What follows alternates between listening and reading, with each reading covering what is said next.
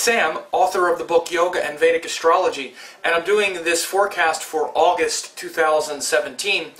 This is eclipse month for this year, and so we have those things to talk about. I am doing special separate eclipse updates, which you want to be aware of as well, and I do have a web class that's going to talk especially about the solar eclipse August 21st, and you want to register for that. I put a link in the description. But anytime we're in the eclipse cycle, or in the sort of jaws of the eclipse, there's a lot of change and transformation, of course, even though that's sort of an overused expression. We can really feel the kind of shifting tides going on right now. This is also really exacerbated because the nodes themselves are on the cusp of Leo and Cancer. Now, we're also going to have Rahu shift into Cancer and Ketu into Capricorn in early mid-September. So as well as having the eclipses this month, we also have the node shifting, and there's also the combustion of Mars, which has been already occurring for about a month and a half or 2 months, which is going to continue through August. Mars will leave its debilitation around the 27th of August, but it's still going to be combust. So what does all this mean? Well, first let me talk about the combustion of Mars, because it's quite important. We can really feel the sort of tension and the pressure and the sort of vitality of Mars being combust, but it's also this kind of frustration and perhaps irritability. When a planet is combust, it's behind the sun, and so its rays come through the sun, and it's empowered by the sun, you might say, because again, Mars is on one side of the sun, and then the sun is here, and then the Earth is here. So Mars is completely on the opposite side of the sun, so it's furthest away from the Earth, but its rays pass through the sun, and then you would say they get vitalized, but they're also being purified. And the way we purify a planet is usually through some kind of frustration or some kind of irritability that it's not that it's actually not pure enough. And again, so you take the principle of Mars, which is about discipline, strength, authentic strength, not the counterfeit strength. See, the counterfeit version of Mars is where we argue about our ideas, and we think that changing something externally is going to make us strong internally. Sometimes we have to fight to change something externally. But if we're fighting to change something externally because we think it's going to make us strong internally, then it's going to lead to anger and frustration.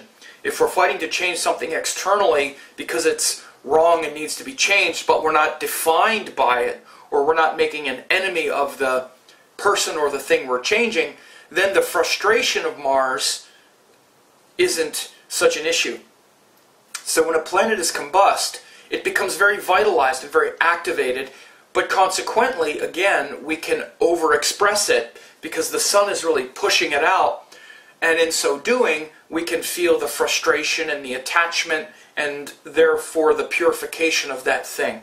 So you may have been noticing for a month and a half or two that the things that you are ready to fight for and change have been frustrating you. Now, they maybe have been invigorated and energized as a result, but they might have, the frustration is also there. So this frustration can actually be a catalyst for greatness. If we can channel our frustration into something positive, then it can have a certain amount of benefit to the world. Certainly people who are entrepreneurs or who are principled and who are trying to change things for the better often see that frustration as a catalyst for their greatness. But if they can't manage the frustration and they just get irritated, then they're going to create enemies everywhere, and rather than have their message change, their message is just going to be a sword, and they're just going to divide, and they're going to cut,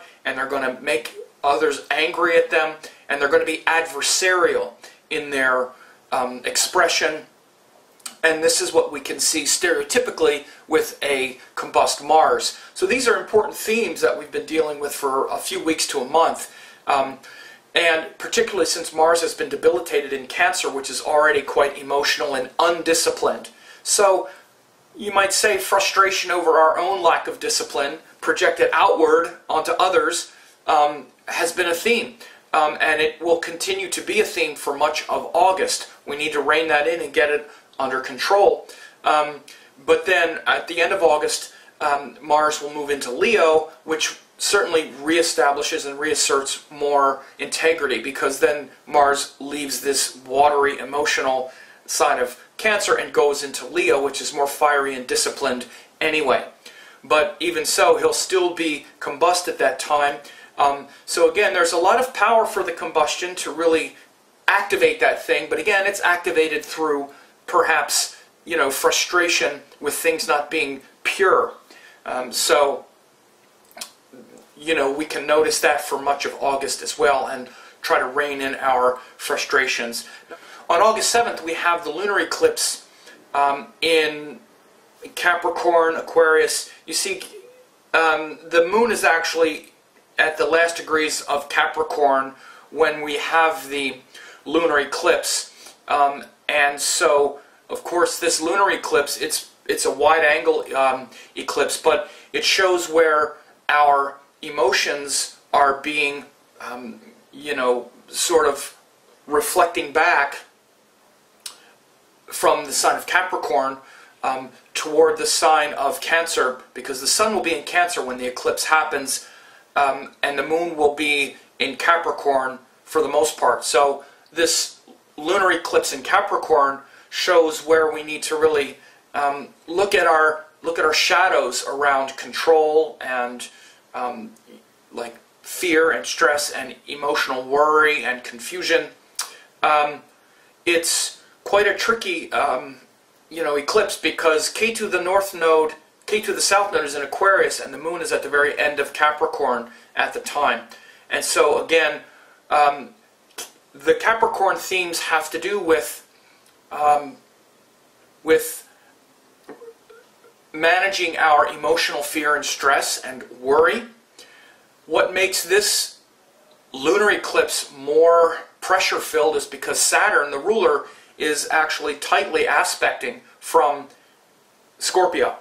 So Saturn in Scorpio at 27 degrees retrograde is like directly aspecting the moon in Capricorn as it's getting eclipsed. So again, it could feel like a lot of emotional stress and pressure and worry and control, but there's also a lot of bhakti and devotion possible at that time. We need to learn how to experience our feelings without controlling them or controlling others, and much of that has to do with really connecting to what's deeper in our heart than just the emotions and our feelings in the moment.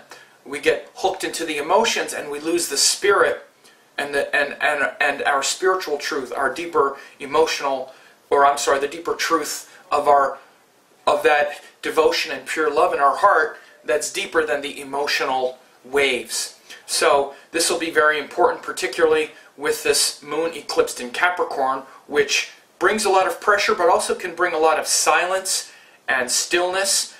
It's not always comforting, it doesn't always feel good, but that can be a catalyst for introspection, solitude, stillness. The sign of Capricorn it's the sign of stillness, maybe more than any other, because it's ruled by Saturn, psychologically and emotionally, and Saturn tends to stop things and arrest things and go, okay, stop. And when we're told to stop, it feels scary, or it feels like we're being arrested, like stop. And when the heart stops, when the emotions stop, we feel disconnected because we don't know what's deeper than that. So again, there can be this feeling and this quality of having our emotions and our desire to have emotions flow, because emotions are flowing. And then Capricorn goes, stop them. We're like, well, how can I stop them? So we can tend to feel kind of like numb, and then we're like, well, what's this? I want some emotion. And if we want some emotion, and we're having this place where the emotions feel like they're getting stopped, then it can be painful, but it can also be like, okay, I'll stop and I'll connect with something deeper. So this is why it's a great opportunity. Moon in Capricorn it can be a very deep placement. Like when I see it in someone's natal chart, I know they have the capacity to really concentrate their mind, but it doesn't feel good because all of that, oh yay, my emotions, I'm so excited, and all that that amplitude of emotions in Capricorn. It's like Capricorn is where we're aware, we feel the futility in all of that, actually. Like, okay, this is all fun and exciting, but it's going to change, and then I'm going to be back to my same old depressed self. That's what it can feel like. If we don't know anything besides the emotions, that's what it can feel like, especially that same old depressed self part. But if we know what's deeper, then it's like, I'm not going to be fooled by this emotional amplitude at the moment, because I know this leads nowhere. It's just going to lead to the opposite extreme. I'm this happy today, I'll be this sad tomorrow. Instead, I'm going to stop that and go deeper into that timelessness. So that eclipse, as we get closer to that eclipse, into August 6th, 7th, 8th, notice what feels a bit maybe like emotional despair on some level, and grow up about it, be mature about it. Again, this is the greatness of Capricorn, of Saturn. You got to grow up at some point. So again, these eclipses really energize this whatever it's indicating. It makes it it brings a lot of amplitude to it, because Sun, Moon, and Earth are lining up on that axis. So it's a time to really feel that. It can feel very depressing. You can focus on that part, or you can focus on what that's a catalyst for. Everything is a catalyst for your greatness if you're able to sit with it. And that's what we're here to do. We're here to sit with whatever happens. We're here to sit with it. That's all we can do, is to be present with things. And if we are able to enter the present moment and be present, then the entire universe reveals itself to us. As every great spiritual teacher says, presence is the gateway into the divine. And when you can be present, all of the mysteries and truth of the universe will be revealed. So that December 7th, 8th lunar eclipse, it has a great opportunity to reveal presence to you through the heart. Now, of course, as I said at the beginning, one of the main features of August is the eclipse cycle. And anytime we have eclipses, they really bring out the indications of the node that's being eclipsed, and that's being, and the indications that are affecting that node. And in this case, it's Rahu eclipsing the Sun, and of course it's in Leo. The Sun is the ruler of Leo. This is the last eclipse in Leo, and so this is really sort of like putting the capstone on a cycle that started around the end of 2015, early 2016, when Rahu went into Leo at the first time. Rahu went into Leo in January 2016, I believe it was. Since then, we've seen this kind of sort of wave of, potential, dictatorship-like energies, at least globally. We've seen, one of the big events that shook the world is the election of Trump, which kind of really toppled the previous power structure. We've seen the authoritarian rise, or the rise of more authoritarians, and especially in North Korea. We've seen, consolidation and the sort of edifying of leaders like Putin, who are again strongman types. Trump, a strongman nationalist. Putin, strongman nationalist. Kim Jong-un, the same. Even power, countries like China, which are quite authoritarian, in a sense. It's certainly not a democracy. So we've seen a rise of this kind of nationalistic type of energy since Rahu went into Leo. So again, this is in a sort of global perspective. Individually, it's also been a time when we have been challenged to be more personally powerful, our own personal power center. occupying the throne of our own life. I describe this a lot, especially in the political season that went up, that led up to the 2016 election. That we all need to find, where is our true power? What do we want? How do we want to be represented by power in our government? How do we feel empowered in spite of that? And what kind of power structures have we, implemented in our own life that will sustain regardless of the power of governments or whatever? So again, power centers, power structures have been important since early 2016, and so this eclipse in Leo is going to be the sort of capstone on that. And so we're seeing it lead up to quite a lot of energy around the transformation of power, and how, again, we can look externally to the world. We've seen a power shift in the world, particularly with the confusing leadership of the U.S. in the world. We see China emerging as more of a power, even Russia, again, being at least, given a certain status that perhaps it didn't have before. So these power shifts are happening in the world, and in your world probably. You're seeing a shakeup in maybe where you had more power and now there are other powerful figures, or you weren't as powerful, now you're more powerful. So adjusting to that is big. And of course I'm going to do a whole web class on this, but that eclipse happens August 21st, and as we get closer to that solar eclipse, that will be, those themes will become more important.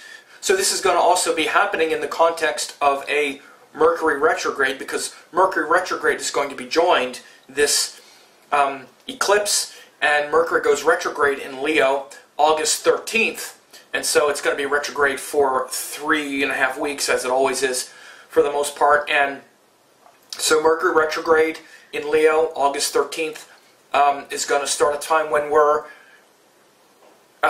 reevaluating how we're speaking within our own mind about power, and how we communicate internally and by extension externally the power structures in our mind and life. Again, Mercury is really the voice in your head, and first you have to interpret correctly the life you're living. How do you interpret the life you're living? Is it a beautiful thing? Is it a stupid thing? Are you a victim? Are you a perpetrator? Are you a badass? What are you?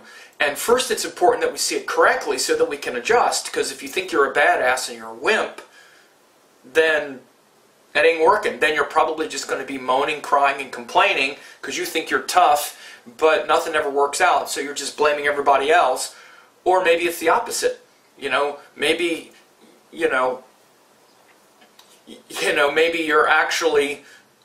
you actually are a badass, but you don't give yourself credit.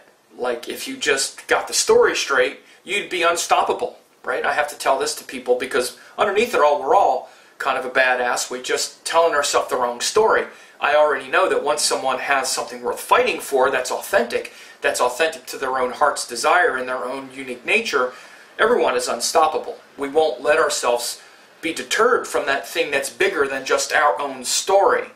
And again, that story is Mercury. So we need to align that story with our greatness. And this is really the key to this Mercury in Leo transit. That's always the key. And when he goes retrograde August 13th, it's really time to get that story straight, particularly because it's going to be closely aligned this eclipse. By the time the eclipse happens on the 21st, Mercury will have retrograded. Well, it'll still be going retrograde toward the Sun, and but still, there will be a lot of recycling and revisiting of our story, and it's a great time to reframe the story and to reconnect with your power and get it straight and get clear about what's really powerful in you, and notice those times in your life that you were fully empowered, and what's the difference between being fully empowered and not being fully empowered. I have to remind people of this often in readings, as I said, because most people, when it's something bigger than themselves, they're totally connected, they're totally committed, unshakable, consistent energy, power, and inspiration, which is Leo, toward their goal. So again, a lot of opportunity. This is the greatness of that Leo sign. And Mercury in Leo shows that, but then the retrograde shows where we're kind of maybe confused about that story, but that's the time when we're supposed to be revisiting it and reflecting on it, and then when Mercury goes direct again, we can start moving forward with that, you know, and implementing that story in greater, with greater focus and clarity. And I'm just looking to see. Yeah, Mercury goes direct on September 3rd, I believe. No, September 4th or 5th. So between August 13th, September 4th or 5th, that's a time when we're reflecting on our power with Mercury in Leo and hopefully getting the story straight so that when he moves forward again on September 5th, our intelligence and our speech and our communication are all aligned with that higher purpose, and a truthful story that is based on intelligence, truth, and recognizing the things that need to change and bringing all of those skills to bear on, you know, changing our life for the better. So those are the most important features of August 2017. Share this with others, leave me some messages if you like, and register for my Eclipse webinar. It's going to be comprehensive. I'm going to talk about the Leo Eclipse. I'm going to also talk about the nodes changing signs, and I'm going to talk about how they're going to affect you and your sign. And it's free to register, but again, you know, it's a long class, so I don't just post it on YouTube. Just give their email, and then, you know, so that you can block off the time to watch it. It'll be an hour, hour and a half maybe. So it's comprehensive teaching, and I want to give it to you. Just register for it, and thanks a lot.